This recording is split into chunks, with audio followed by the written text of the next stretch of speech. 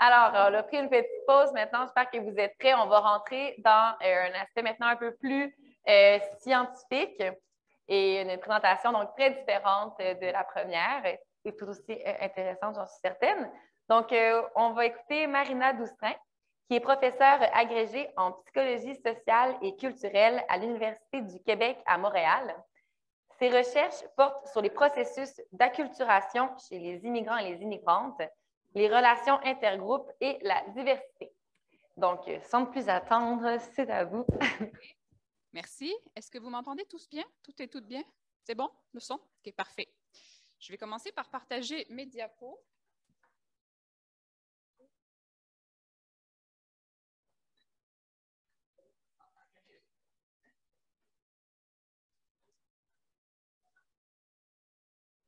Bon, ben, premièrement, merci beaucoup d'être ici ce matin. Merci beaucoup pour l'invitation.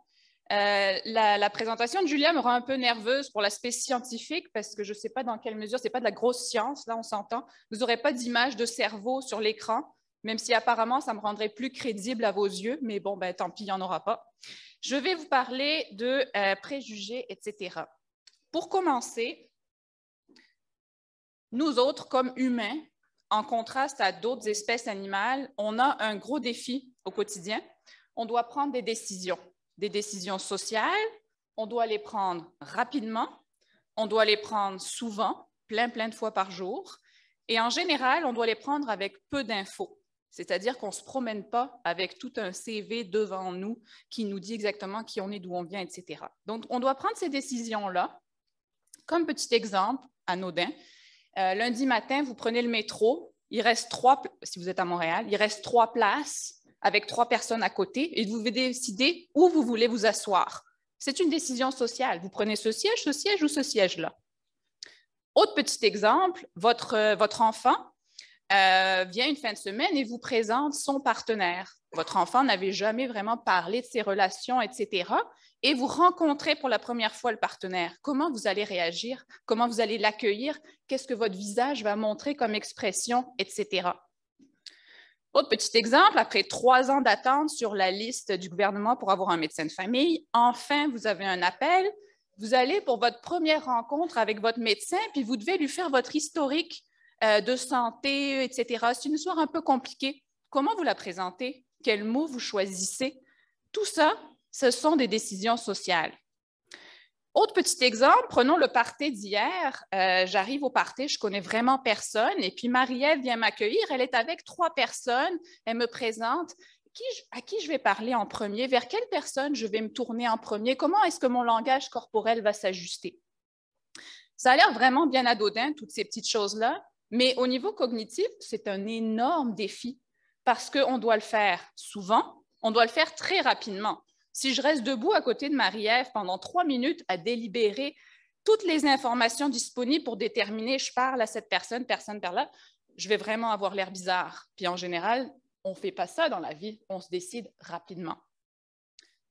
Donc, heureusement pour nous, on est bien équipés au niveau cognitif, on a des raccourcis mentaux. Et c'est de ça dont je vais vous parler aujourd'hui. Ces raccourcis mentaux qu'on utilise à tous les jours, multiples fois par jour, pour prendre ces décisions-là.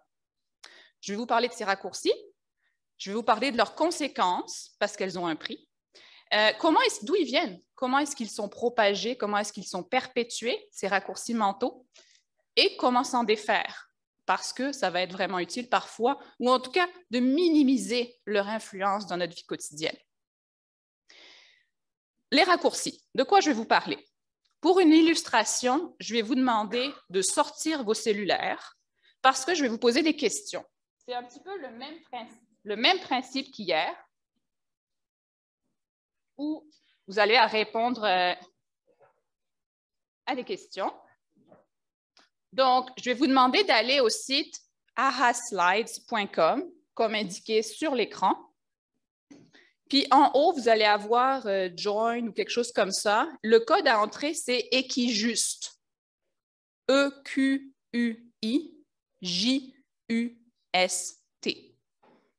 Donc, là, un petit disclaimer, je m'excuse, mais mon forfait ne comprend juste que 100 participations. Fait que ça va être les 100 personnes les plus rapides sur leur cellulaire qui vont pouvoir donner les réponses. Tout le monde va pouvoir suivre, mais c'est pour avoir la chance de recueillir parfois vos réactions. Donc, je vais attendre une seconde que tout le monde soit connecté. Est-ce que je peux avoir un petit pouce levé quand ça a marché pour vous, pour avoir un petit peu une idée d'où on en est? OK. Oui, c'est parfait. Vous voyez la diapo. Il n'y a rien de plus. Pour l'instant, vous voyez juste la diapo. OK, c'est bon. Fait que je vais cacher ça. Et que je reviens ici à ma diapo. Puis, je ne vais pas avoir des questions à toutes les diapos. Fait que quand je serai rendue à la prochaine question, vous pouvez juste rafraîchir en faisant glisser le... Hein? Vous êtes tous probablement meilleurs que moi en technologie, mais c'est bon. OK. Donc, première question. Je suis à un party. J'ai quelqu'un nouveau qui s'en vient et je lui dis « Ah, viens, je te présente. Je vais te présenter mon ami qui travaille en petite enfance. » Puis j'ai ces 3 personnes-là qui sont à côté de moi. Je dis « Ah, viens, je te présente mon ami qui travaille en petite enfance. » Moi, étant bien naïve, je me tourne vers qui? Donc, je vais vous demander de choisir qui travaille en petite enfance. Rappelez-vous, là, vous n'avez pas 30 minutes pour délibérer. Vous êtes dans le party, il y a beaucoup de monde, il y a 3 personnes, travaillent en petite enfance, vous vous tournez vers qui? Ça roule, il reste 5 secondes. Ça doit être rapide. Bon, alors, ça donne quoi? OK, bon, parfait, merci. Vos résultats sont absolument normaux. C'est ce à quoi on s'attendrait. À dire vrai, je pense qu'il y a du monde qui ont vu à travers mon but ici, parce que dans un cas général, je serais fort prête à parier. La réponse, souvent, ça va être effectivement la personne ici avec la barre bleue. On s'attendrait plus intuitivement que cette personne-là travaille en petite enfance. Dans le cas présent, il s'avère que, en fait, mon ami qui travaille en petite enfance, c'est la personne du milieu ici. Donc, qu'est-ce qu'on a fait ici? On avait une décision sociale à prendre. On l'a prise rapidement, basée sur peu d'informations. Parce qu'encore une fois, on ne se balade pas avec comme des lunettes électroniques, on aurait un CV des personnes devant nos yeux, un jour peut-être, mais pour l'instant, non. On s'est basé sur quoi? On s'est basé sur l'apparence de la personne. On a fait appel à des représentations mentales pour décider, bon, je n'ai pas trop d'infos, mais je gage que c'est cette personne-là probablement qui travaille en petite enfance. On peut faire des erreurs, mais on s'est basé sur ce qu'on appelle des stéréotypes. C'est quoi nos stéréotypes? C'est des représentations mentales, des idées qu'on a. En général, en fait, ce sont des généralisations simplistes. Pourquoi? On a vu une femme assez jeune, ça cadre avec l'image qu'on peut avoir de quelqu'un qui travaille en petite enfance. Je vois un homme un petit peu plus âgé qui porte un veston, ça clique moins avec ma représentation mentale de quelqu'un qui travaille en petite enfance. OK. Donc, c'est quoi? Un autre exemple de stéréotype, c'est quand on applique ces étiquettes, ces généralisations simplistes à un groupe social. Exemple, les Français sont arrogants. Je me permets d'avoir du fun à l'égard des Français parce que je suis française, puis bon, je me dis, OK, ça va peut-être passer. Les Français sont arrogants, c'est un stéréotype. Est-ce que tous les Français sont arrogants? Je ne le sais pas, mais en tout cas, c'est notre représentation mentale qu'on peut avoir. Les filles aiment le rose. Ça en est un gros stéréotype aussi, mais souvent, on va avoir ce présumé-là. Quand mes garçons étaient à la garderie, je vais à le parent-teacher interview, en tout cas, bref. Donc, l'éducatrice, c'était en l'occurrence une éducatrice qui est là, qui a préparé un beau portfolio sur chacun des enfants. On s'assoit avec mon conjoint. Elle avait 2 piles. Elle avait une pile de cartable rose, puis elle avait une pile de cartable bleu foncé. Bon, je vois des gros yeux. Néanmoins, c'est encore une fois cette représentation mentale. L'éducatrice, voulant bien faire, voulant être organisée, a fait appel à ce raccourci mental-là. Les personnes âgées sont peu intéressées par la sexualité. C'est un autre stéréotype, une représentation mentale qui nous aide à organiser notre monde, à réagir rapidement en contexte de peu d'informations. Bien, voyons donc. Connecting. C'est toujours comme ça, hein? Le petit glitch quand la connexion lâche.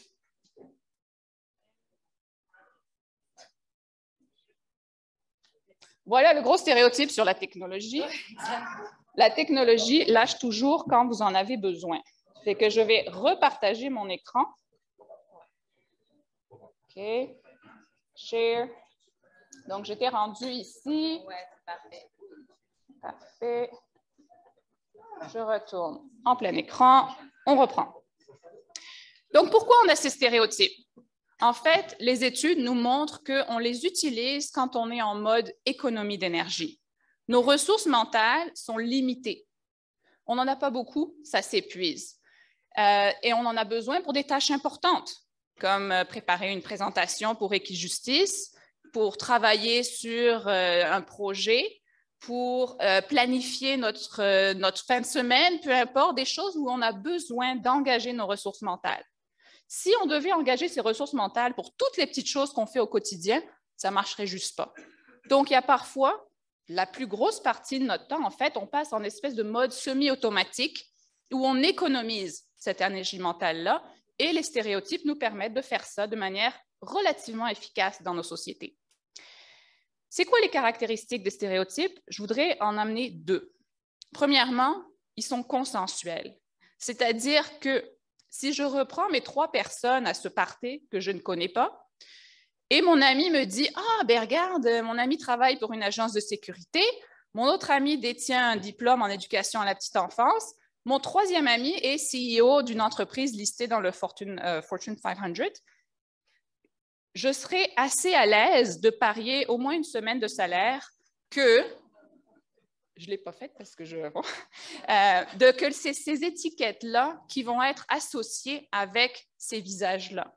Pas parce qu'on pense à mal, pas parce qu'on a passé plein de temps à disséquer la situation, parce que automatiquement et surtout de manière consensuelle, c'est-à-dire qu'on est tous d'accord dans la salle, on n'est peut-être pas d'accord avec l'idée où il y a des injustices, etc., etc., mais je gage que pour la vaste majorité d'entre nous, c'est ces associations-là qui se sont faites dans notre cerveau. On s'entend comme groupe sur c'est quoi les associations mentales. Et puis tant mieux d'une certaine manière, parce que sinon ça ne marcherait pas, ces stéréotypes-là. Ça ne permettrait pas de rendre plus fluide notre fonctionnement quotidien. Deuxième chose, ils sont automatiques et implicites. Et c'est un thème sur lequel je vais insister beaucoup, c'est l'invisibilité de ces raccourcis mentaux. Fait que là, je vais vous redemander de reprendre vos cellulaires. C'est une petite expérience qui date, je ne sais pas s'il y en a certains d'entre vous qui ont regardé les vieux épisodes de All in the Family, épisode où ici, Gloria donne en fait une devinette. Donc, tout le monde est prêt? Vous êtes retournés? C'est bon? Parfait? OK. Ça marche mieux en anglais, fait que je suis désolée, je ne l'ai pas traduit, sinon ça ne marcherait pas le punch de la devinette. Je vais vous la lire. Pensez-y. A father and son are in a horrible car crash that kills the dad. The son is rushed to the hospital. Just as he's about to go under the knife, the surgeon says, I can't operate. That boy is my son. Bon, si vous connaissez déjà le punch, bon, vous le connaissez. Je vais vous demander, expliquer. C'est quoi l'explication de cette devinette? En quelques mots, là, on a une trentaine de secondes. Intuitivement, comment est-ce que vous faites du sens de cette devinette-là, si vous ne la connaissez pas, bien sûr?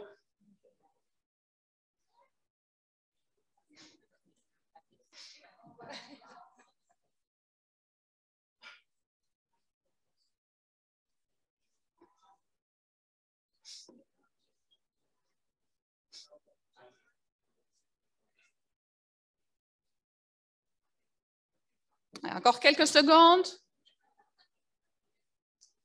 OK. Je vais afficher vos résultats. OK. Alors, premièrement, j'ai l'impression que j'ai affaire à un groupe extrêmement ouvert, mais la réponse, en fait, c'est que, c'est la maman qui est la chirurgienne. C'est pour ça que je ne pouvais pas le dire en français parce qu'on doit marquer le genre. The surgeon, c'est la maman du garçon. Donc, oui, le papa est tué dans l'accident, le garçon rentre à l'hôpital, c'est la maman qui voit son garçon et qui décide qu'il ne peut pas l'opérer. Si je regarde les réponses, qui sont au passage absolument la norme quand cette étude-là a été faite plusieurs fois, OK, c'était une famille homoparentale, donc il y avait peut-être 2 papas, c'est un cas assez courant. Il y a 2 pères, un père ne peut pas, c'est le grand-père, une famille reconstituée, etc. Il y a quand même plusieurs personnes qui ont vraiment, qui ont bien déterminé, le docteur c'est la mère, la médecin est une femme, etc. J'ai découvert cette devinette dans un livre sur la méditation, entre autres, et puis l'écrivain, qui est un méditant, bref, de longue date, etc., il pensait au début que c'était vous savez, les koans zen, cette espèce de devinette où on doit méditer dessus pendant des années pour le déconstruire. Non, en fait, tout ce qu'il y a à déconstruire ici, c'est cette association implicite qu'on fait, où dans notre tête, dans la plupart d'entre nous, mais de manière générale, l'association surgeon-homme est tellement forte, tellement rapide, tellement invisible, que ça peut nous prendre beaucoup de temps à essayer de déconstruire cette devinette apparente. Et juste pour vous donner des petits exemples, d'autres explications que les gens ont données dans des études, c'est un rêve et non la réalité. Pendant que le fils est aux urgences, il meurt, et quand il voit surgeon, c'était le fantôme. Le père tué dans l'accident était peut-être un prêtre, parce qu'on appelle les prêtres pères, et que les membres sont des fils. Tout ça pour dire que pour une vaste proportion de la population, il y a toutes sortes d'explications assez surréalistes, disons, qui viennent à l'esprit avant de la possibilité de déconstruire cette association implicite qu'on a faite. Donc, pour nous rassurer, j'étais dans la même position que vous, je me suis cassé la tête sur cette devinette en disant, ben voyons donc, c'est quoi l'affaire? Cette étude, cette question a été donnée à des enfants de 7 à 17 ans. Il y a juste 15% du groupe qui a trouvé la bonne réponse, où en effet, la mère était la chirurgienne. Des étudiants de Boston University, vous vous diriez quand même une université prestigieuse, des gens qui ont beaucoup de scolarité, etc., 14%. Dans tous ces groupes-là, les gens qui s'auto-identifient comme féministes, c'est monté seulement à 22%. Et ça, c'est vraiment important pour démontrer que malgré notre positionnement idéologique, malgré nos valeurs, malgré ce à quoi on croit, ces stéréotypes-là, ces associations sont implicites et sont très, très puissantes dans notre vie quotidienne. Donc ça, c'était la deuxième caractéristique de ces stéréotypes. On a donc des représentations mentales, où il devrait y avoir un S, désolé, qui sont consensuelles, automatiques et implicites. Ah, vas-y. Est-ce que tu peux départager de ton écran Zoom? Oui, bien sûr. Et la repartager en décochant optimisation pour la vidéo. En fait, les gens du webinaire voient l'image floutée. S'il te plaît. Oh, il n'y a pas de souci. C'est bon maintenant? C'est parfait? On va voir auprès des spectateurs en webinaire si ça fonctionne. Évidemment, ça devrait être bon. Fait que je redémarre sur mes stéréotypes. Parce que là, je sais qu'il y a des sceptiques dans l'audience, à ce point-ci, qui sont probablement en train de se dire, la jeune femme qui était supposément travailler dans le milieu de la petite enfance, et c'était pas le monsieur en veston, c'est-tu un stéréotype ou c'est juste une régularité statistique? C'est juste le fait que dans notre société, la majorité des personnes qui travaillent en petite enfance sont des femmes. Fait que je ne suis pas stéréotypée, je fais juste une observation de la réalité. Peut-être. En effet, si je prends les personnes en technique d'éducation à l'enfance et les CEO de Fortune 500, OK, pour technique d'éducation à l'enfance, c'est moins de 1% des diplômés qui sont des hommes. Ça, c'est les chiffres du SRAM de 2014. Fait que je ne vous sors pas des statistiques de 72. Là. Les CEO, 15% seulement sont des femmes, 1% sont d'ethnicité noire. Fait que statistiquement, vous avez raison, il y avait peu de chances qu'on observe cette association-là. Par contre, ce qui va différencier, on fait juste observer la réalité de manière neutre, c'est 2 biais supplémentaires, 2 raccourcis. Le premier, c'est ce qu'on appelle l'homogénéité de l'exogroupe. Alors, premièrement, un exogroupe, pour expliquer mon jargon, c'est le groupe qui est différent du nôtre. Fait que si moi, je suis une femme, dans ce cas-là, les hommes, ça va être un exogroupe sur cette dimension-là. Si je m'identifie comme québécoise, bon, ben dans ce cas-là, disons que quelqu'un de Floride, ça serait une personne de l'exogroupe sur cette dimension-là. Donc, homogénéité de l'exogroupe, c'est quoi? C'est sous-estimer les différences entre les membres d'un groupe dont on ne fait pas partie. C'est-à-dire de penser que les gens de l'autre groupe sont tous les mêmes. Petit exemple, comme Française, je me suis toujours posé la question, pourquoi dans les films américains, les Français ont toujours un béret, des baguettes sous le bras et un verre de vin à la main. Ça ne représente pas du tout mon expérience des Français et des Françaises, mais c'est toujours ça qu'on voit. Fait que je me suis dit, bon, ben, je vais regarder, est-ce qu'il y aurait un biais d'homogénéité de l'exogroupe ici? Fait que ce que j'ai fait un Google Search dans Google Images. Il n'y a aucun trucage là. J'ai pris une capture d'écran de mon écran. Je me suis dit, si je regarde avec la recherche French person en anglais, je vais avoir les représentations des probablement américains, peut-être canadiens, anglophones sur les Français. Qu'est-ce que j'obtiens? Encore une fois, je vous jure qu'il n'y a aucun trucage. C'est ça. Où ils ont pas mal tous des bérets, beaucoup ont des baguettes, plusieurs ont du vin et le croissant, j'avais oublié le croissant. Après ça, je me suis dit, ben, si je mets personne française, je vais avoir la représentation en France ou au Québec. Puis ça donne quoi? Bon, ben, si je regarde maintenant ce que j'ai quand même une personne avec le béret, la marinière, mais très, très largement, vous voyez qu'il y a une beaucoup plus grosse diversité des visages qui s'affichent dans juste Google Images. On s'entend? Fait qu'on reproduit évidemment toujours nos stéréotypes. Donc ça, c'est une illustration assez flagrante. Honnêtement, je ne m'attendais pas à ce que ça marche aussi bien, cette illustration-là, de l'homogénéité de l'exogroupe. OK. Deuxième biais, deuxième raccourci, c'est l'essentialisme. Fait que là, je vais vous dire, s'il vous plaît, reprenez vos cellulaires pour un quiz scientifique. Voilà la science qui s'en vient. Je vais vous poser une question. Regardez attentivement, répondez aussi rapidement que possible. J'y vais. Vous allez avoir 15 secondes pour cette question difficile. Quel animal n'est pas un chien? Il n'y a pas de, c'est pas un trick question, hein? C'est une question scientifique, authentique.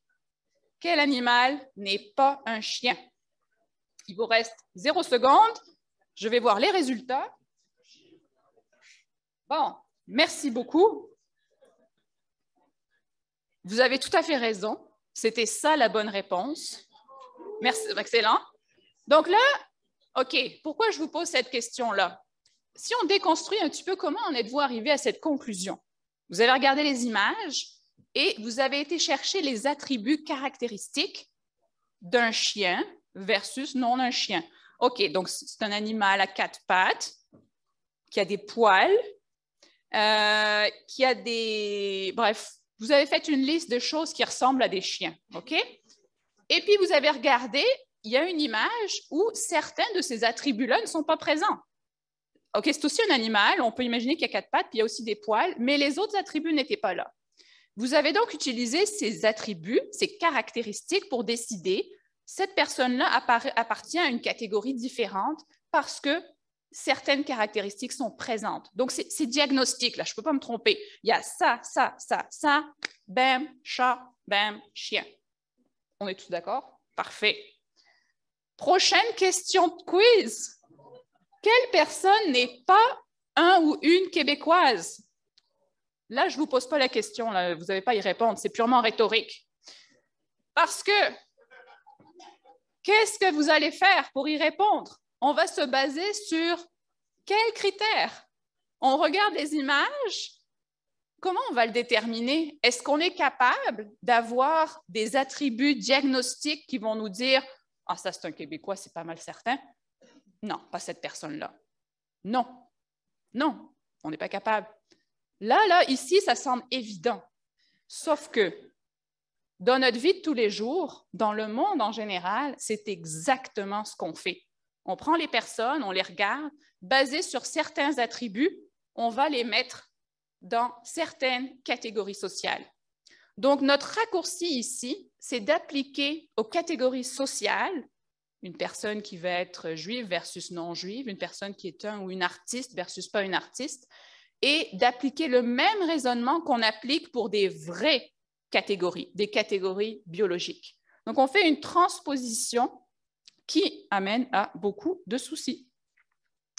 Donc, ce biais-là, en fait, c'est de croire que des groupes sociaux ont une essence immuable. Il y a une espèce d'essence intérieure qui fait que cette personne-là, là, c'est pas mal sûr qu'elle va agir de telle manière, elle appartient à telle catégorie, etc. Donc, si on en revient à notre stéréotype, les Français sont arrogants. Est-ce que c'est une régularité statistique? Peut-être. Sauf que l'essentialisme et l'homogénéité de l'exogroupe font en sorte que notre homogénéité de l'exogroupe, ce raccourci nous fait dire tous les Français se ressemblent, c'est pas mal toutes les mêmes. Et essentialisme, c'est dans la nature française. Il y a quelque chose probablement de génétique qui fait en sorte que les Français doivent être nés arrogants.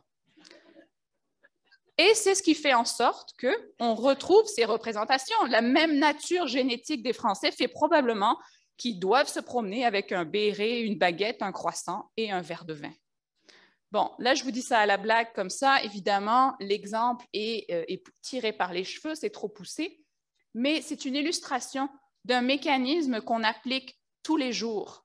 Si j'ai telle caractéristique chez une personne, j'en conclus qu'elle doit agir de telle manière, qu'elle va avoir tels attributs, etc., etc.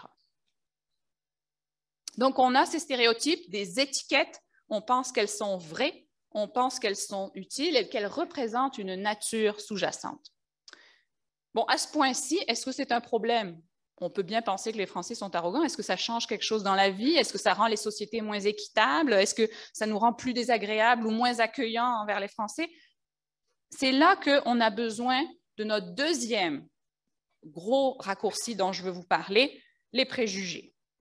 Pour illustrer les préjugés, d'abord, je vais vous donner la définition. Le préjugé, c'est un sentiment. Donc là où le stéréotype, c'est une représentation mentale, pour que ça devienne problématique, on a besoin de cette charge affective qui nous prédispose à agir de telle ou telle manière. Donc, c'est un sentiment, c'est quelque chose d'affectif, des attitudes qui sont en général non fondées et qui sont surtout généralisées. Encore une fois, on l'applique à tout le monde. Si je reprends mon français et que j'aime pas les Français arrogants, ça va être de dire « personne française, j'ai pas très envie ». Okay? Ça, ce serait le gros stéréotype d'un préjugé. Pour illustrer de quoi ça a l'air un préjugé, peut-être que vous avez vu ce film français en l'occurrence, « Qu'est-ce qu'on a fait au bon Dieu ?» Je vais vous jouer un petit clip vidéo parce que ça devient très visible. C'est quoi en action un préjugé? Fait que regardez. Comment s'appelle l'heureux élu? Chao Pierre Paul Ling, Rachid Abdul Mohamed Benassem, David Maurice Isaac Benichou. OK. Bon, un petit 15 secondes ici. Le préjugé, c'est quoi? C'est la réaction émotionnelle que vous voyez sur le visage des parents de la future mariée. Vous voyez cette émotion vaguement, cette émotion négative, cette charge affective non fondée, généralisée, parce qu'ils ne connaissent pas encore leur gendre. Ce n'est pas une réaction face à cette personne, c'est une réaction face au groupe auquel appartient cette personne. C'est une réaction émotionnelle qui est automatique, implicite, encore une fois, et très souvent invisible. Donc, on a nos deux gros coupables et en même temps, ce qui nous facilite la vie à tous les jours. On a nos étiquettes, nos stéréotypes et on a nos préjugés. Cette espèce de température, le thermomètre affectif qu'on a envers les membres d'un groupe. Et c'est ces deux choses-là qui vont faire en sorte que quand vous arrivez dans le party, puis il y a 3-4 personnes que vous ne connaissez pas, on va revoir ces personnes, on va avoir accès à certaines caractéristiques sociales, parce qu'on affiche tous nos caractéristiques sociales, la longueur de mes cheveux, mon habillement, la manière dont je parle, la manière dont je me tiens. On va se baser sur cette information minimale pour déterminer l'appartenance à tel ou tel groupe. On va avoir accès à des représentations mentales de gens dans ces groupes-là. On va penser qu'ils sont pas mal tous les mêmes, fait que ça doit être fiable, ce que j'ai comme info. Et basé sur notre charge affective envers ces différents groupes-là, je vais me diriger vers cette personne ou cette personne. Ou si je suis obligée de parler à une personne, c'est là que je vais peut-être me raidir un peu plus ou un peu moins. Je vais regarder la personne davantage dans les yeux ou au contraire plus décaler mon regard. On va avoir toute une panoplie de réponses sociales, même au niveau physiologique, qui est basée sur cette combinaison de stéréotypes et de préjugés. OK, quelle importance? Est-ce que c'est pertinent? Est-ce que c'est un problème?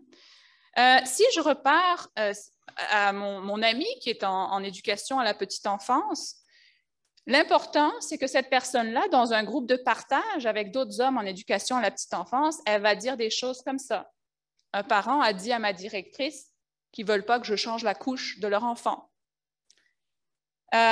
Cette personne-là va dire « J'ai peur que les gens pensent que je suis un pédophile quand je dis que je suis éducateur à la petite enfance. » C'est triste. C'est beaucoup de mal-être chez cette personne-là. Mais c'est un individu. OK, bon, ben, too bad, est-ce que c'est ça? Si on regarde un petit peu plus large, je vous ai dit qu'il y avait moins d'1% de diplômés hommes en éducation à la petite enfance. Il faut savoir qu'il y avait eu, par contre, presque 4% d'inscrits. Ça veut dire que dans les quelques années que dure une technique au cégep, on en a perdu presque un quart. OK, bon, peut-être dommage pour l'éducation à la petite enfance, mais évidemment, vous avez compris mon point.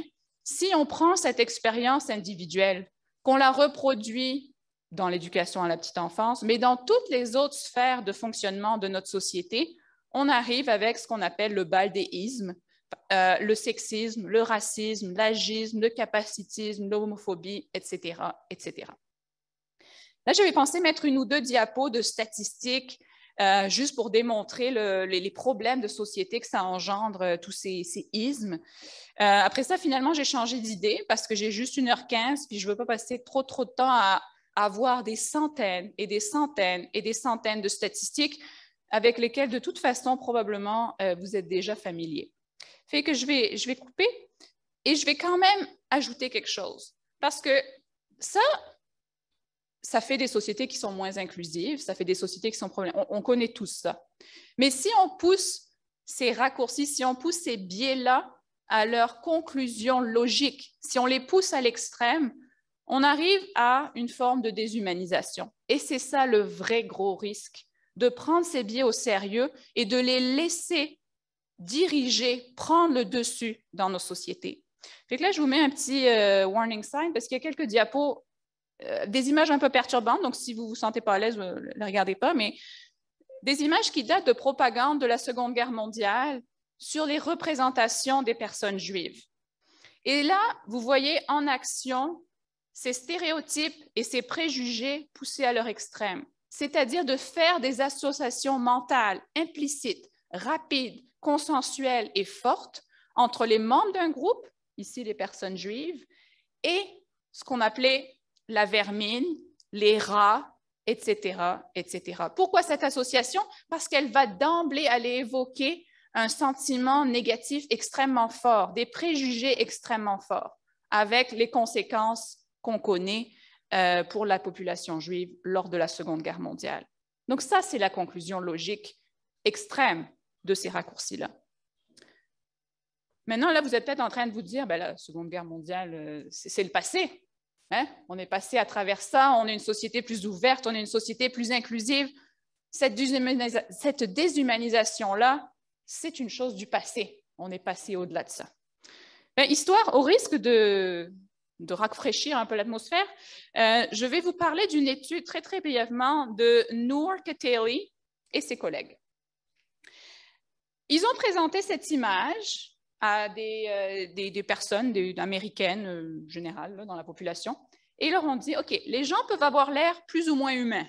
Certaines personnes semblent très évoluées, tandis que d'autres ne semblent pas très différentes des animaux inférieurs.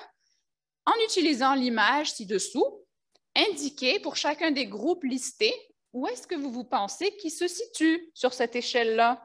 Okay, c'est bien anodin comme affaire. On s'attendrait à ce que ben là, tout le monde va être complètement à droite, là, sous l'humain, n'est-ce pas? Eh bien non. Voilà les résultats pour la population américaine, sondage anonyme en ligne, où, comme vous le voyez, effectivement, Américains, Européens, Suisses, etc., donc les groupes avec le statut en général plus privilégié, etc., oui, ils sont tout à fait humains, là, c'est parfait. Mais si on regarde pour les groupes plus marginalisés, il y a, c'est déroutant ces résultats-là, hein, une volonté de déshumaniser certains groupes qui est quand même assez frappante. On parle de 2015. Donc, vraiment, là, non, ce n'est pas anodin, ça a des conséquences. Et non, ce n'est pas une chose du passé. Ces mécanismes de déshumanisation, ils sont présents, ils sont à l'œuvre dans beaucoup d'endroits et c'est quelque chose à garder en tête. OK. Donc, on a ces raccourcis mentaux. C'est bien pratique au quotidien. Ça nous facilite la vie. Ça nous permet de prendre des décisions rapidement en économisant notre énergie pour des choses plus importantes ou qui ont besoin de notre réflexion. Ça a des conséquences extrêmement négatives, comme on peut le voir, quand on les laisse run the show d'une certaine manière, okay? Quand on ne les garde pas sous contrôle.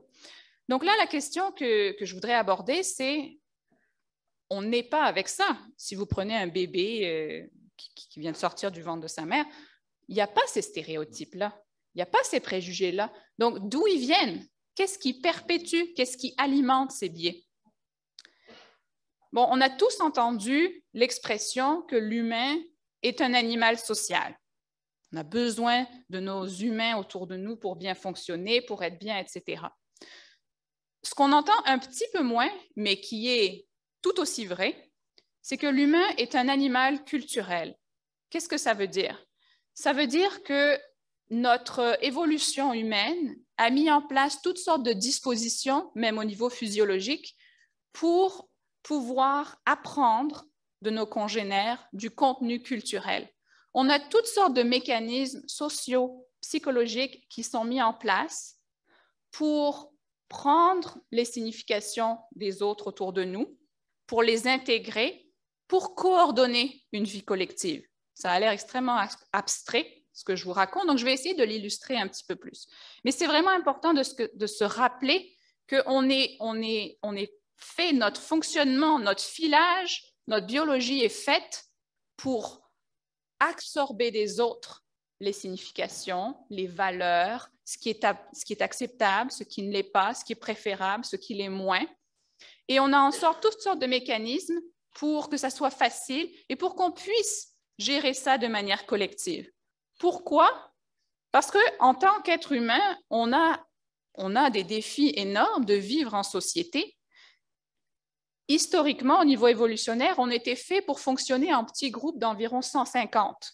C'est ça que les théories évolutionnistes nous disent. Ce qui, pendant une grosse partie de l'évolution humaine, était probablement le cas en petits groupes de quelques familles, etc. Passer ça, ça devient beaucoup plus difficile. Comment est-ce qu'on coordonne l'activité de nous tous au quotidien? C'est énorme. On ne fait pas tout ce qu'on veut et on le fait surtout de manière implicite. Exemple, quand vous allez prendre le métro le lundi matin, comme je le disais tantôt, est-ce que vous avez réfléchi à la meilleure manière d'attendre le métro? Non. On se met devant le métro, on attend que les portes s'ouvrent, on rentre dans le métro. S'il y a une place assise, ben, tant mieux, on s'assoit. Non, encore le zoom qui nous lâche. Il faut réfléchir à la socialisation, l'effort collectif sur des décennies, etc., que ça a pris pour atteindre. Parfait. Bon, on est de retour. Je ne voudrais pas qu'on ait perdu la... En tout cas, bref. Donc, on est un animal culturel qui a eu des millions d'années d'évolution pour en arriver à Zoom et avoir toutes ces difficultés-là. Bref, je ferme le point sur les aspects culturels. C'est quoi les mécanismes qu'on a pour partager ce sens, ces significations culturelles, pardon? Le premier outil qu'on a, et non des moindres, c'est la communication. Et quelque chose qu'on appelle le grounding en communication. On a tous cette idée qu'on communique pour transmettre de l'information. Par exemple, dire à cette personne, bon, ben, ce sera à telle heure, etc. Oui, c'est un fait. On communique pour transmettre de l'information. Ce à quoi on pense beaucoup moins, c'est qu'en fait, la vaste majorité de notre communication n'a absolument rien à faire avec transmettre de l'information. Tout ce qu'on fait, c'est négocier un terrain commun, c'est-à-dire s'assurer, avec toutes sortes de manières dans notre langage, s'assurer qu'on est sur la même longueur d'onde, qu'on se comprend, qu'on partage un espèce de terrain implicite commun et donc qu'on est capable de fonctionner. On s'assure, OK, on est toujours sur la même longueur d'onde, on fait partie du même monde, c'est la même réalité autour de nous, on est capable de la négocier de manière collective. Donc, tout ça, c'est ce qu'on appelle le grounding. C'est les mécanismes pour s'assurer qu'on a ce terrain commun et que ça va coordonner notre action collective. Un petit exemple anodin. 2 hommes, disons dans la trentaine, Adam et Ben, qui sortent de leur bureau au même moment pour se rendre à la distributrice d'eau dans leur, je sais pas moi, dans leur tour à bureau, peu importe. Hey, allô? Puis Adam qui dit, hey, Tristan a acheté une bague. Ben répond, pour Lisa, hein? Adam hoche la tête. Bon, ils arrivent à la distributrice d'eau, ils prennent de l'eau, etc. Pourquoi je vous montre ça? Cet échange absolument anodin en surface, un échange similaire à des milliers d'autres qu'on pourrait avoir au quotidien et qui ne nous apparaissent pas comme une forme de négociation du contenu culturel. Sauf que, si on y pense, qu'est-ce qui a été négocié pendant cet accord-là? On a négocié beaucoup, ou en tout cas, on s'est assuré qu'on était sur le même terrain pour des normes culturelles sur les relations. C'est une société où, probablement, la troisième personne a acheté une bague parce qu'ils se sont fiancés et qu'ils vont peut-être se marier. Il n'y a personne dans cet échange-là qui s'est dit « OK, laisse-moi t'expliquer que dans notre société, quand on est sérieux dans une relation puis qu'on veut devenir fiancé, on s'achète une bague, fait que maintenant je vais te raconter mon histoire. » Non, pourquoi? Parce que ce terrain-là, il est déjà négocié, il est implicite. Et une des fonctions de cette communication-là, ça a été de s'assurer de cet aspect implicite. C'est du non-dit parce qu'on peut le prendre pour acquis. On a aussi contribué à transmettre des rôles de genre là-dedans. Est-ce que c'est Lisa qui a acheté une bague? Est-ce que c'est Lisa qui, à un moment, s'est dit « Ben là, voyons donc, ça fait tellement longtemps, achète-moi enfin une bague qu'on passe à l'étape suivante. » Non. On a, encore une fois, négocié cet aspect implicite que dans cette société-là, principalement, ça va être les hommes qui vont prendre l'initiative pour passer à l'étape suivante dans cette relation-là. Donc, ce petit échange-là, très, très anodin, a mis sur la table toutes ces assumptions-là en juste 2-3 mots en allant prendre de l'eau. Donc, je vous laisse imaginer dans vos conversations quotidiennes, dans tout ce qu'on dit, tout ce qu'on fait, en fait, dans toute notre communication, on fait ça. Et on fait ça tellement bien qu'on ne s'en rend pas compte. On fait ça tellement bien que l'échange coule bien. En fait, quand l'échange ne coule pas bien, c'est justement ces situations où cet aspect de grounding ne marche pas. On a tous eu cette expérience d'interagir avec quelqu'un peut-être d'un groupe complètement différent du nôtre ou d'une autre culture vraiment différente. Puis, il y a une interaction, tout le monde est bien sympathique, poli, on parle de toutes sortes d'affaires, mais ça coule pas, ça accroche pas. Il y a quelque chose là-dedans où on se dit « Ah, c'est quoi qui passe pas? » Mais en fait, c'est ce terrain commun-là, c'est ce grounding qui accroche. Justement, parce qu'on est moins capable de bien prendre pour acquis ce terrain commun. Et là, si on revient à nos stéréotypes, imaginez que je raconte ou j'ai des échanges où je vais parler de mon ami à gauche ici, qui détient un diplôme en éducation à la petite enfance, que la deuxième personne travaille pour une agence de sécurité et que mon troisième ami ici est CEO de cette entreprise-là. Et donc, je raconte une anecdote, etc., sur ces 3 personnes-là. Mais ce genre d'histoire, ce genre de narration, ce genre de propos qui sont contre-stéréotypes, en général, ils ne se rendront pas. C'est-à-dire que, oui, je vais les dire une fois, mais quand l'histoire va être reprise et transmise à une tierce personne, elle va être modifiée pour la rendre plus conforme aux stéréotypes. Si je passe à l'étape suivante, donc si vous savez comme les chaînes comme ça où on transmet les histoires, on arrive à la fin de la chaîne avec une histoire où tous les aspects contre-stéréotypes ont été abandonnés, ont été réinterprétés, ont été remaniés pour arriver à un produit culturel, parce que notre communication, c'est ça, qui est conforme aux stéréotypes. Et ça, il y a vraiment un bon nombre d'études qui ont démontré ce processus de normatisation de nos histoires. L'autre chose, c'est que ce type d'histoire-là, avec mes 3 amies qui sont contre-stéréotypiques, elles sont plus difficiles à digérer. Cognitivement, les gens ont plus de mal, ça leur prend plus d'énergie, elles sont coûteuses sur le plan psychologique à transmettre, à comprendre, etc. Et enfin, et c'est là le plus important, elles génèrent moins de colle sociale. La colle sociale, pour vous donner un petit exemple, c'est que si je m'assois avec Julia, Julia est assise comme ça,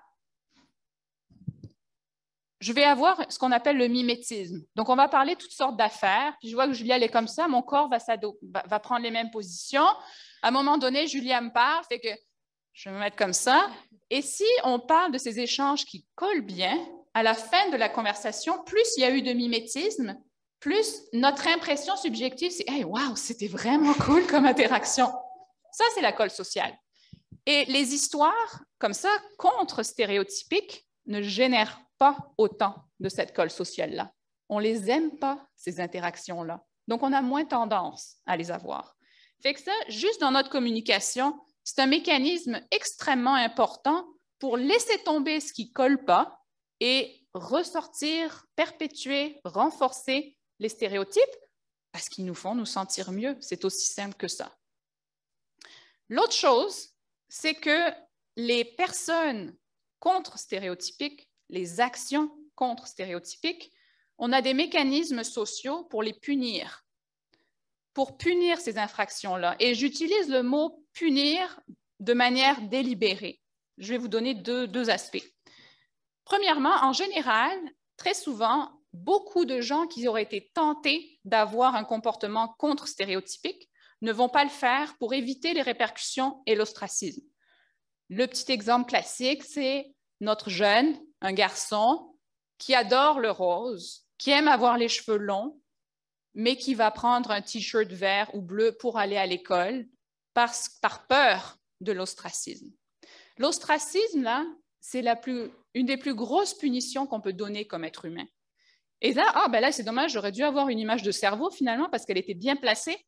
C'est qu'au niveau neuronal, la réaction qu'on a à l'ostracisme, ça va chercher le même circuit que la douleur physique. Okay? Et c'est aussi pour ça qu'il y a même des études qui montrent que, par exemple, le Tylenol va être aussi efficace pour diminuer notre douleur sociale, notre peur d'anxiété sociale, que pour avoir un mal de tête. Fait que si vous... Ouais, bon, j'arrête ici. Tout ça pour dire qu'une bonne partie, c'est de l'auto-renforcement, de l'auto-sélection pour se conformer aux stéréotypes par peur de ces répercussions-là.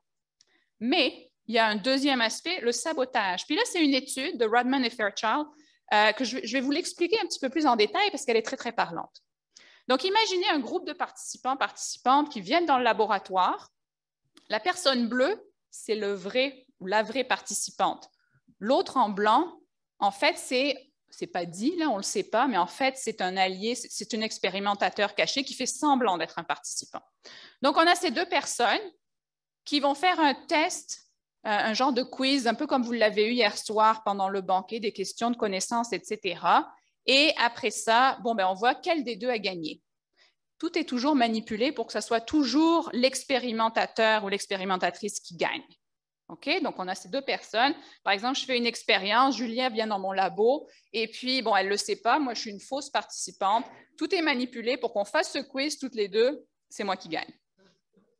Sauf qu'il y avait deux groupes. Dans la moitié des cas, Julia est la participante, elle vient, moi, je suis l'expérimentatrice, et les questions portent sur des choses qui sont typiquement d'un domaine féminin. Par exemple, toutes les deux, on va répondre à des questions sur l'éducation des enfants, le développement des enfants, etc. Okay, ça, c'est un cas. Deuxième cas de figure, Julia vient dans le labo, on répond toutes les deux aux questions, sauf que cette fois-ci, les questions vont être sur un domaine typiquement contre-stéréotypique, c'est-à-dire sur le football. Fait que toutes les deux, on répond à des questions sur le football. Dans tous les cas, c'est moi qui gagne parce que ça a été manipulé pour que ce soit comme ça. OK, fait que là, il y a moi, l'expérimentatrice, qui gagnait, mais je suis une fausse participante, puis Julia qui a perdu. Dans un des cas, on a répondu à des choses femmes sur les enfants. Dans l'autre cas, sur des choses par femme, je mets des gros guillemets hein, autour de tout ça, sur le football. Là, il y a une deuxième étape.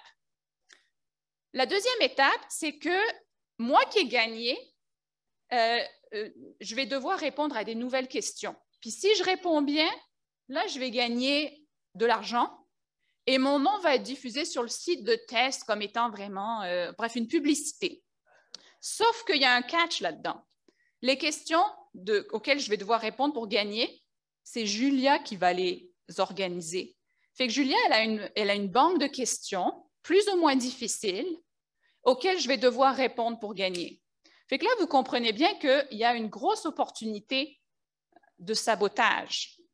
Si Julia, elle ne veut pas que je gagne, qu'est-ce qu'elle va faire? Elle va prendre les questions les plus difficiles possibles pour pas que je gagne. Bon, sinon, elle va faire un équilibre, etc. OK, les résultats, ça a donné quoi? Ça a donné ça. Cible homme, cible femme, c'est juste pour vous dire que les résultats sont les mêmes, que ce soit Julia et moi ou que ce soit Bob et Mike qui sont deux hommes, peu importe. OK? La différence qui est intéressante ici, c'est celle-ci.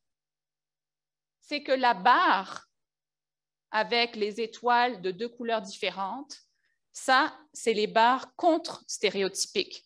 Ça, c'est moi qui étais une superstar pour répondre à des questions sur le football, ou bien c'est mon expérimentateur homme, Mike, qui a été vraiment génial pour répondre à des questions sur le développement des enfants.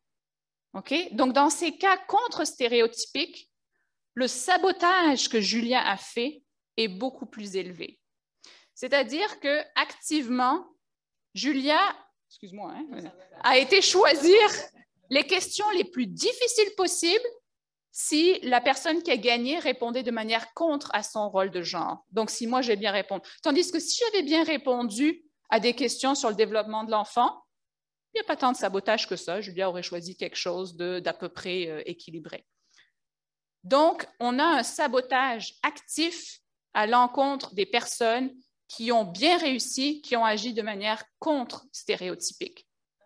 Qui plus est, quand Julia m'a saboté parce que j'ai bien répondu aux questions de football, son estime de soi était plus forte.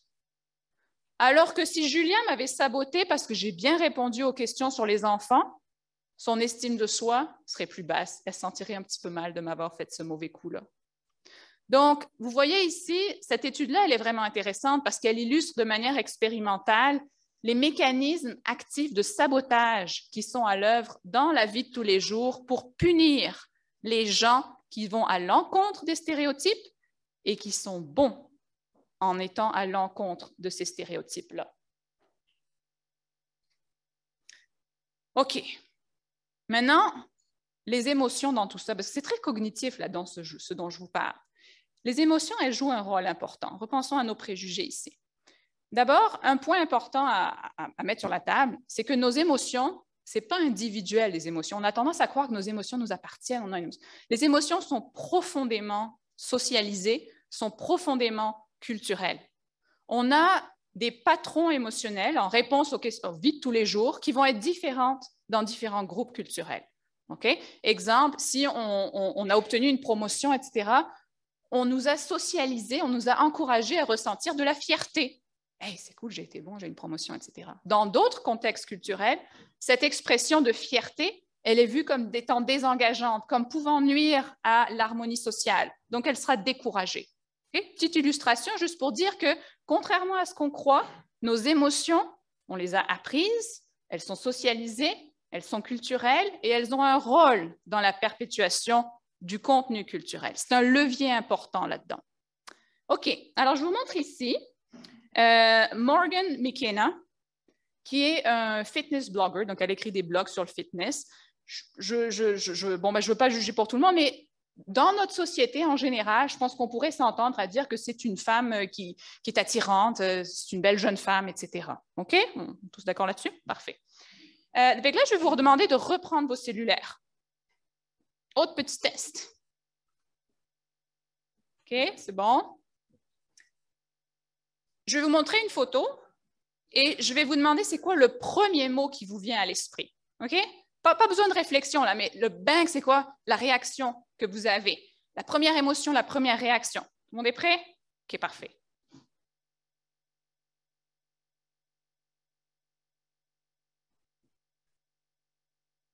OK. Quelle est la première réaction quand vous voyez cette jeune femme? OK, 7 secondes.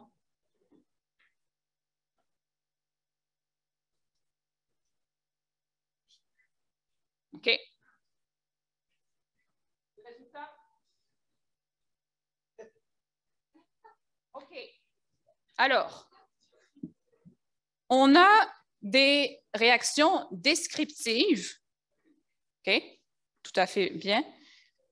Celles qui, et je vous remercie vraiment beaucoup pour votre ouverture, celles qui ont un caractère plus émotionnel, ça va être wash ou bien dégoûtant, burk, yutch, etc. Il y a une tendance, il y a en tout cas une composante de réaction qui est une composante de dégoût et qui est tout à fait naturelle, normale, étant donné notre contexte.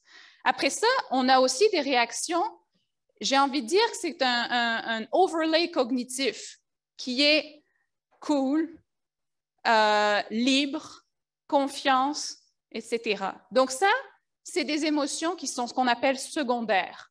Okay? On a des émotions primaires, comme le dégoût, la peur, la colère, etc. Et on a des émotions qui sont secondaires, qui vont être justement une admiration, une valorisation. Mais ça prend un chemin un petit peu plus loin où on a une réaction, on l'a réinterprétée à la lumière de valeurs, de schémas cognitifs, etc., etc. La réaction primaire là-dedans, et honnêtement, c'est la mienne aussi, ça a été la mienne aussi au tout début, c'est de voir, de faire « aïe, aïe ». C'est une réaction de dégoût. Pourquoi je soulève cette réaction-là? C'est parce que si vous avez vu juste Morgan McKenna comme ça, tout habillée, oh, c'est une belle femme, elle respecte les stéréotypes. Je gage, en tout cas, que quand vous avez vu cette photo, il y a eu 0 réaction de dégoût. C'est bien vrai? Je suis d'accord là-dessus? 0 réaction de dégoût. Plus ou moins positive. Ah, ben oui, c'est une belle jeune femme, mais 0 dégoût. Même personne. Autre partie du corps, et tout d'un coup, on a une réaction de dégoût. Pourtant, c'est la même personne. On n'en sait rien de plus sur Morgan McKenna. Elle n'a rien dit de désobligeant. Elle n'a rien fait de pas correct. Mais juste parce qu'on a tout d'un coup cette information supplémentaire visuelle qui va à l'encontre du stéréotype féminin, on a une réaction de dégoût. Pourquoi c'est important? Parce que le dégoût, c'est une des émotions les plus puissantes pour aller alimenter nos préjugés. Donc, on a été socialisé dans toute notre enfance, dans toute notre vie en société, à ressentir du dégoût dans certaines situations. Et les études montrent que plus on a intériorisé, qu'on ressent ce dégoût, plus il y a de risques que ça alimente par la suite des préjugés et des discriminations. Il y a des études, par exemple, qui ont été faites aussi dans le cadre des personnes qui ont de l'obésité. Et pareil, plus il y a cette réaction de dégoût, plus ça va prédire des préjugés à l'égard des personnes obèses. Donc là, c'est une petite démonstration de ça. Okay, donc ça, c'est nos mécanismes sociaux. On communique pour transmettre du contenu culturel. On s'entend là-dessus. On a des interactions qui ont l'air tellement anodines, mais qui ne le sont tellement pas. On a des réactions émotionnelles. On pourrait se dire, ben là, émotionnel, ce n'est pas socialisé, ça c'est du biologique, c'est de l'instinctif. Non, ça a été socialisé et ça a fait en sorte que, en fait, on a des réactions qui punissent certains comportements, qui punissent certaines manières de faire et qui valorisent d'autres manières de faire. On a donc cette coordination qui nous pousse à respecter les stéréotypes et à les propager. Donc ça, c'est notre fonctionnement social. En plus de ça, on habite dans ce que j'appelle un écosystème culturel. Toutes les choses autour de nous, tous les produits culturels véhiculent du sens. Il n'y a rien de neutre dans nos sociétés culturelles. Et là, je vais prendre une petite pause pour parler de la culture. Parce que la culture, je ne l'entends pas au sens du théâtre, de l'opéra, des musées, etc. Je ne parle pas de ce qu'on appelle le high culture. Je parle vraiment de toute cette signification, ce non-dit entre nous, cet aspect invisible qu'on ne voit pas la plupart du temps, qui n'est pas neutre. La culture n'est jamais neutre. Elle favorise toujours certaines choses et elle en punit d'autres. Elle met de l'avant certaines valeurs et elle en décourage d'autres. Et elle est omniprésente dans notre écosystème culturel. Petites illustrations. Je reprends mon Google Images, qui est vraiment le meilleur moyen d'avoir une exposition des stéréotypes dans nos sociétés. J'ai juste tapé « jouer pour filles ». Pareil, aucune manipulation. Okay? J'ai tapé « jouer pour filles » à gauche. J'ai tapé « jouer pour garçons » à droite. Puis c'est ça que Google Images me donne. À travers ces jouets, on peut voir ressortir un nombre incroyable de stéréotypes sur les rôles de genre qui sont véhiculés par ces objets, des jouets qui peuvent être en apparence absolument anodins. Qu'est-ce qu'on a? Bon, ben là, je parlais du rose tantôt, là, le gros stéréotype sur le rose. Ça a l'air que Google Images est parfaitement d'accord avec moi.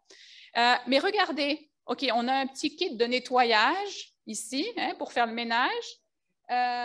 Après ça, très souvent, on a aussi tout ce qui est le prendre soin. OK, pour s'occuper des petits animaux, s'occuper des petits, etc. Ah, bien, surprise, surprise, on se retrouve avec juste 1% de diplômés en petite enfance hommes. Est-ce qu'il y a une corrélation? Je vais vous laisser juger. Après ça, on prend à droite, on regarde pour les garçons, on a ce stéréotype. Bon, ben, on voit le petit garçon avec un gros gun ici. On renforce ces idées de l'agressivité, mais aussi des aspects analytiques. Beaucoup plus souvent, on va voir ici les jouets avec le petit kit du petit scientifique, des choses comme ça. Oh, surprise, surprise, on a une sous-représentation des femmes dans les domaines STEM. Coïncidence, corrélation, régularité statistique, là aussi, je vais vous laisser juger. Parce que ça, c'est un élément de notre écosystème culturel. Juste une petite illustration sur Google Images comme ça. Pour vous en donner une autre, nos films, nos histoires pour enfants. Dans les années, en 92, quand le film de Disney Aladdin est sorti, je ne sais pas si vous avez suivi cette controverse. Il y a une première version qui est sortie avec la chanson. Je ne vais pas vous la chanter, ne vous inquiétez pas.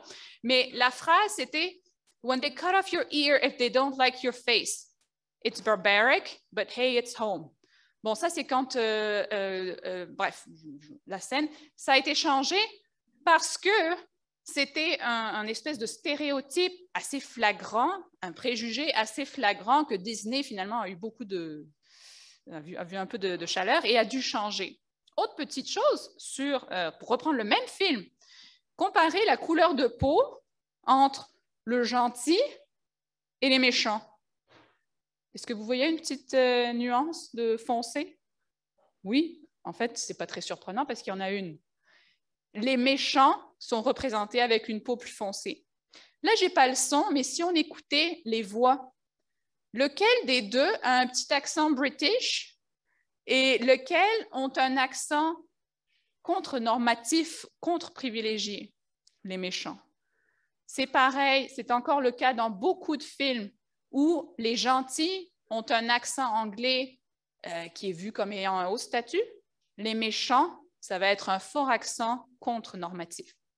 OK, bon là, je vous ai donné 3 points. C'est pas que Aladdin, c'est un film qui a été incroyablement mauvais, problématique. Non, c'est une illustration. C'est pareil, c'est tous les mêmes. Donc, c'est juste pour dire que si on regarde un petit peu plus, le contenu culturel, le contenu de nos stéréotypes se retrouve dans tous ces produits culturels-là. Autre gros exemple, et là, il nous tape aux yeux assez souvent, la publicité.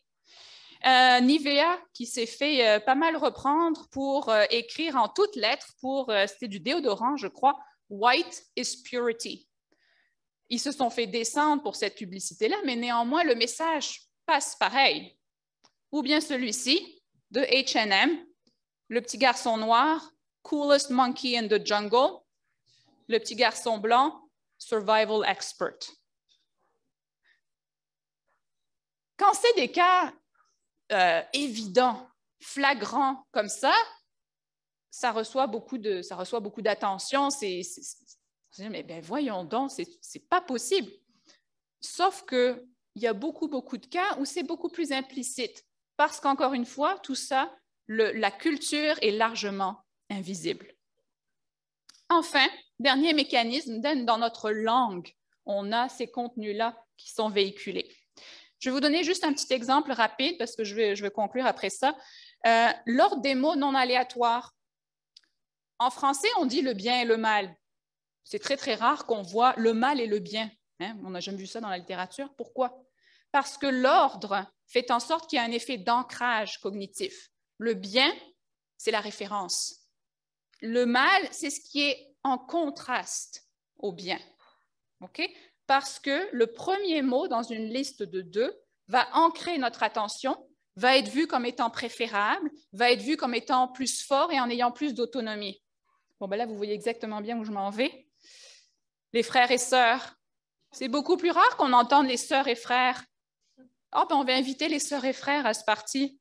Personnellement, je n'ai jamais entendu ça. Monsieur, madame, ça change, mais c'est quand même beaucoup plus rare qu'on entende madame et monsieur pour être introduit à quelque part. Donc, notre langue aussi a inclus là-dedans ce contenu. Et enfin, le niveau d'abstraction. 2 phrases. Fred a frappé Liam. Fred est agressif. Je vous invite à reprendre votre cellulaire pour me dire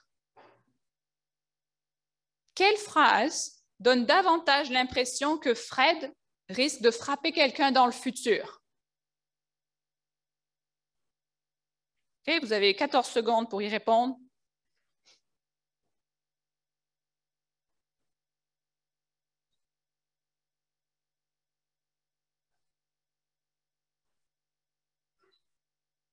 OK, les résultats.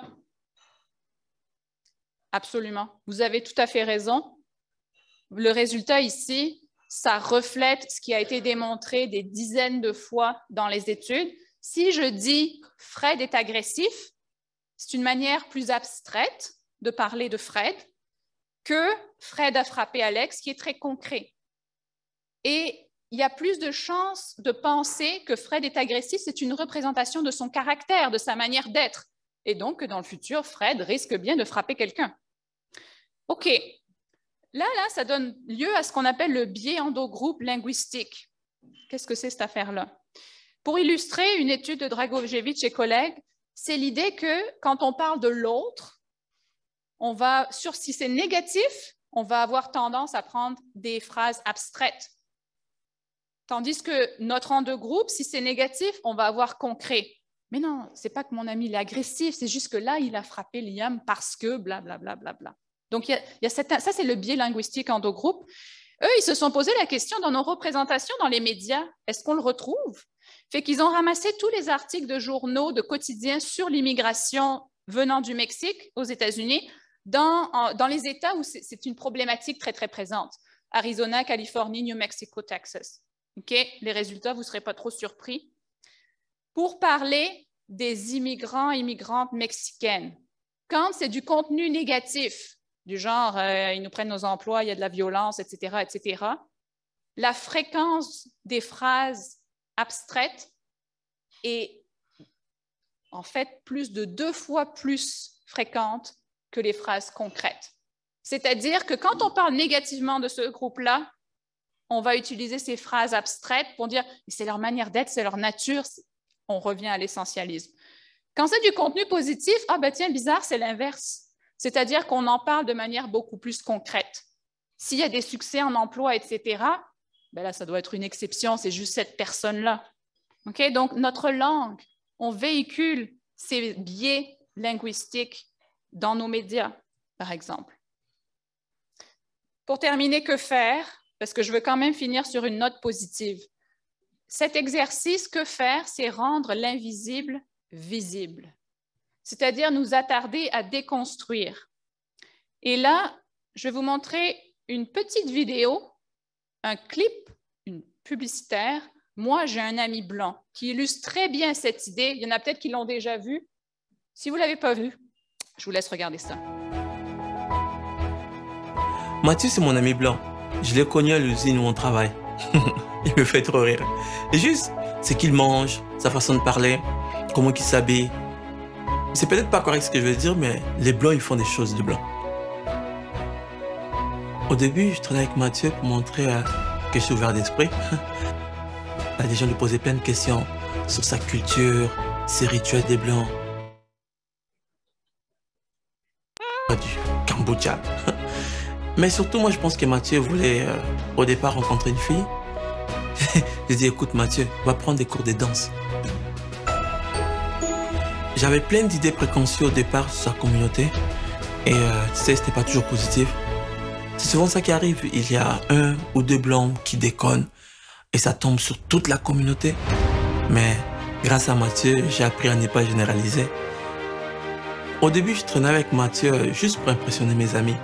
Mais maintenant, je l'aime pour ce qu'il est, pour sa différence. Je l'aime pour de vrai. C'est une expérience tellement enrichissante que même mes amis, ils veulent tous maintenant avoir un ami blanc. Rendu là, moi j'en prends un deuxième. Je m'appelle Plaisir Chilombo. Je suis fier d'avoir un ami blanc.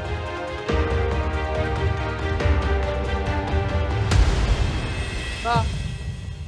Je vous ai montré ce clip parce qu'ils ont fait beaucoup mieux que moi ce que j'aurais pu vous expliquer, etc. C'est quoi ça? C'est utiliser l'humour pour rendre visible ce qui est invisible. C'est-à-dire que quand on renverse la situation, c'est là que les préjugés apparaissent. Il y a toutes sortes d'autres, si ça vous intéresse, je vous conseille Majorité opprimée ou bien le film Je ne suis pas un homme facile, qui est hilarant pour déconstruire les rôles de genre. C'est une vie où tout a été inversé. C'est sur Netflix. Honnêtement, c'est vraiment drôle et en même temps perturbant. Parce que à chaque fois que quand on renverse les choses, ça a l'air bizarre, ça devrait être notre signe qu'il y a quelque chose de sous-jacent, d'implicite, d'invisible, qui a peut-être lieu d'interroger, qui a peut-être lieu de déconstruire.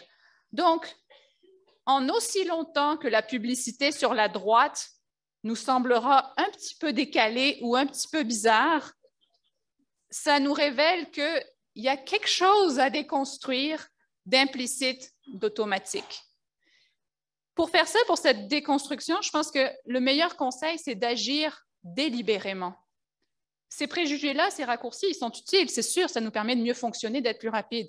Mais parfois, s'arrêter et agir délibérément quand on choisit nos produits culturels, quand on choisit nos mots.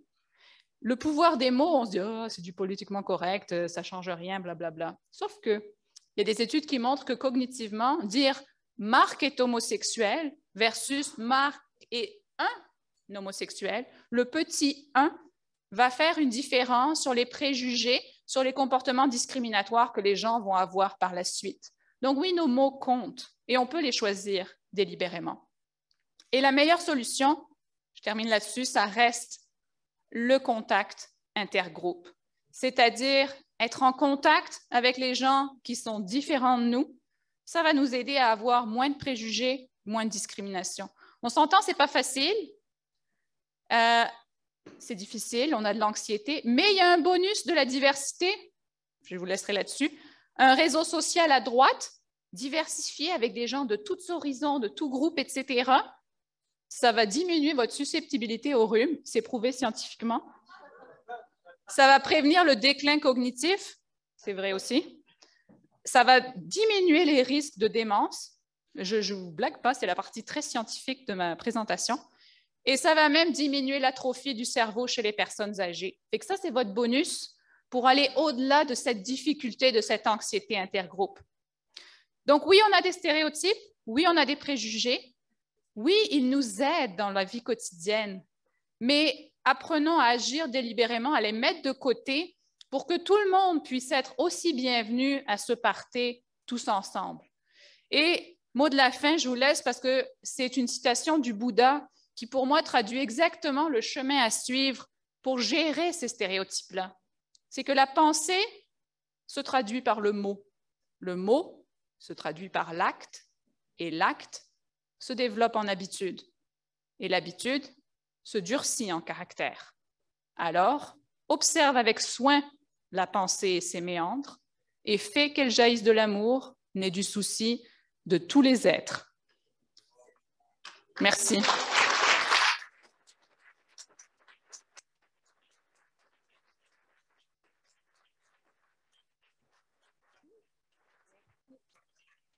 Merci vraiment. Je pense que je parle pour tout le monde pour dire que c'était excellent. Vraiment. J'ai adoré. C'était aussi les exemples qui ont été donnés. Ça m'a marqué à quel point notre langage est binaire aussi, juste frère, sœur, bien, mal. On n'a pas de place à la pluralité, justement, à pouvoir. Donc, c'est bien de toujours y penser. Vraiment, merci beaucoup. Je ne sais pas s'il y a des questions, soit en ligne ou alors dans la salle. En ligne, est-ce qu'il y avait des questions qui ont été écrites au fur et à mesure ou non? Et sinon, dans la salle ici, on a une question. Oui. Ça marche-tu? Oui. D'abord, merci. J'ai vraiment tripé sur la présentation des exemples concrets, puis c'était dynamique. Mais ma question, c'est pas très clair, mais je pense à l'œuf ou la poule. C'est quoi qu'est-ce qui génère? C'est-tu les pensées, les stéréotypes et préjugés qu'on a individuellement qui se transposent dans la musique, l'art, le cinéma et tout ça, ou c'est, selon vous, j'imagine que c'est une question d'opinion, ou c'est l'inverse, que c'est la culture, peu importe la culture, qui génère ça chez chacun individuellement? Je ne sais pas si c'était clair. Oui, non, c'est une excellente question. Et en fait, c'est les deux. C'est vraiment des liens dans les deux sens. Et les deux se renforcent mutuellement. Donc, on est au niveau de la naissance, là, chez le tout jeune, le tout petit, évidemment, ça va être l'extérieur, la culture qui verse un peu d'une certaine manière chez le jeune ce contenu culturel-là. Mais dès que l'enfant commence à parler, commence à agir dans son monde social, l'enfant contribue à perpétuer, à transmettre. C'est moi, ça? Ouais, c'est peut-être moi. OK. À transmettre ce contenu-là. Donc, c'est absolument bidirectionnel et c'est un peu la difficulté de la chose parce que c'est un petit peu comme une roche qui dévale la pente et puis ça accumule la mousse et puis ça continue comme ça. Donc, c'est ça, c'est les deux. Merci. Nous avons une question en ligne. Alors, Stéphanie demande, est-ce qu'en changeant notre façon d'éduquer les enfants, il y a moyen de déprogrammer certains stéréotypes pour les générations futures ou certains sont-ils inévitables? C'est une super bonne question. En fait, il y a deux réponses. L'aspect de stéréotyper, ça, c'est inévitable parce qu'on n'est juste pas capable de gérer toute l'information de manière analytique. On ne peut pas prendre des décisions rapides de cette manière-là, fait qu'on va devoir faire des raccourcis. Le contenu de ces raccourcis, c'est là qu'on a beaucoup plus de marge de manœuvre et c'est là que nos systèmes d'éducation peuvent jouer un rôle. Donc, si je repense à mon éducatrice, la petite anecdote que je vous ai donnée avec les deux piles de cartables, bon, est-ce qu'il y a vraiment besoin? Non, ça peut peut-être être changé. Quand on parle, par exemple, il y a beaucoup de plus en plus d'efforts, justement, quand on enseigne l'histoire aux enfants. Mais est-ce qu'il y a de la place pour aussi donner des exemples de personnages historiques qui vont peut-être être moins des hommes ou avoir d'autres backgrounds, disons, d'autres origines, etc. Donc oui, il y a de la place dans notre système d'éducation pour modifier le contenu de ces stéréotypes, peut-être de les rendre plus inclusifs.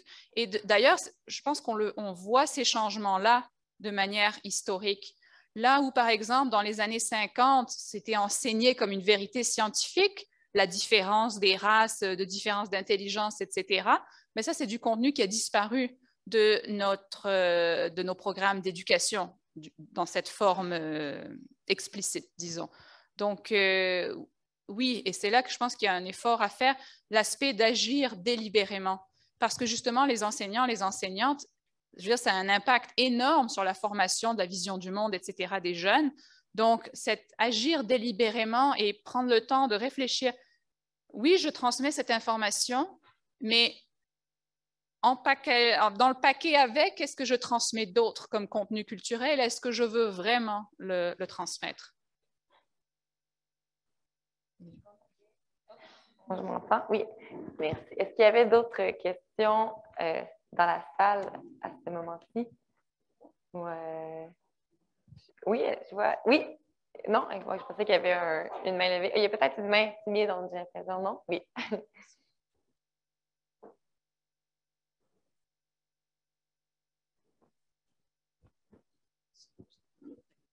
Je peux-tu rester assis? Mais oui, il n'y a pas de problème, mais oui.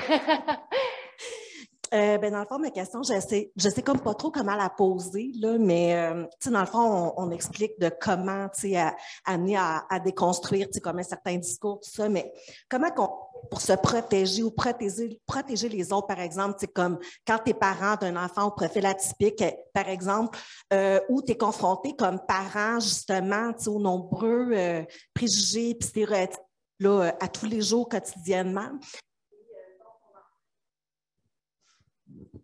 Allô? Oui. Okay. C'est bon, je pensais que ça l'avait coupé. Et comment qu'on peut aussi protéger, justement, se protéger soi-même, mais protéger aussi ces personnes-là, justement, de cette présence-là de préjugés, de stéréotypes là, qui est trop présente dans leur vie, là, je dirais.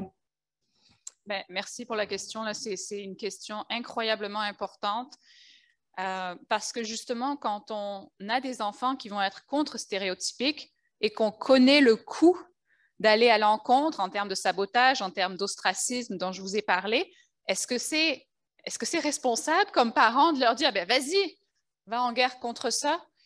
Je n'ai pas de bonne réponse à ça. Puis honnêtement, dans l'éducation de mes enfants, c'est quelque chose auquel je me confronte à tous les jours parce que mon garçon aime le rose et a les cheveux longs. Donc, qu'est-ce que je lui dis? J'ai l'impression que, premièrement, il y a une question de choisir ses batailles. Parce que c'est tellement coûteux d'être contre-stéréotypique que ça vaut la peine de se concentrer. OK, dans toutes les batailles que je veux livrer, c'est laquelle qui me tient le plus à cœur? Et puis, d'y aller étape par étape. Et puis, je pense que comme parent, on enseigne beaucoup par modèle. Donc, un parent qui va faire ce combat-là et qui va être ouvert, je pense, sur ses difficultés à le faire, c'est un exemple pour son jeune aussi. Un exemple à suivre. Mais je n'ai pas de bonne réponse parce que oui, il va y avoir un coût, malheureusement. C'est très intéressant. Merci. Merci. On aurait le temps pour une dernière question. Si quelqu'un... Ah oui, en ligne? Parfait.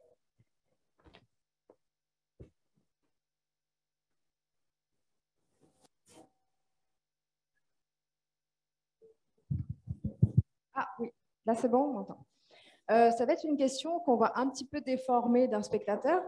Est-ce qu'en intégrant des quotas obligatoires de diversité dans les entreprises ou dans les milieux, est-ce que ça a été bénéfique ou pas? Est-ce qu'on a la preuve que ça fonctionne d'intégrer de la discrimination positive, de mettre des hommes dans les milieux féminins et inversement, des personnes racisées dans les milieux non racisés? OK.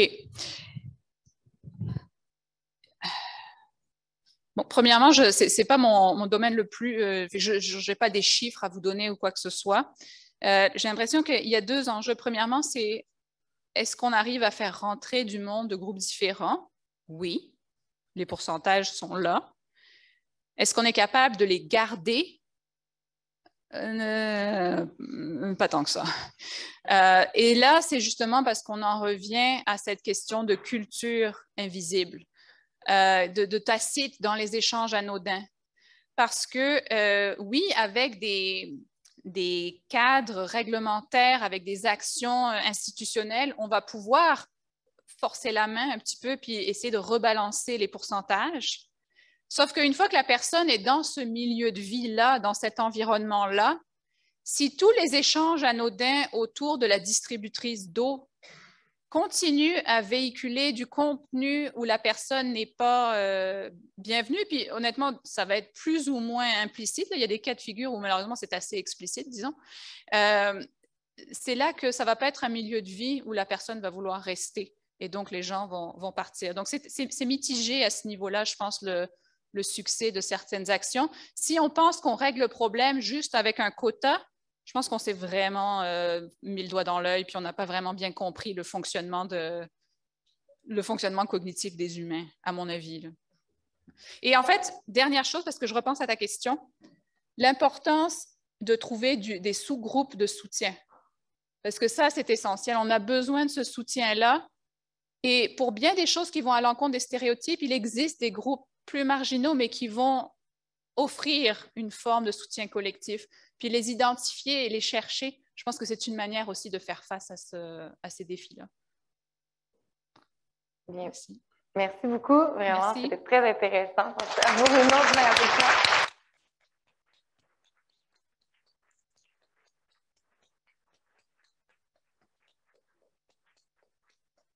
Donc, de notre côté, on prendrait un autre 15 minutes de pause pour revenir à 11h30 pour dernière présentation avec Charles Pépin.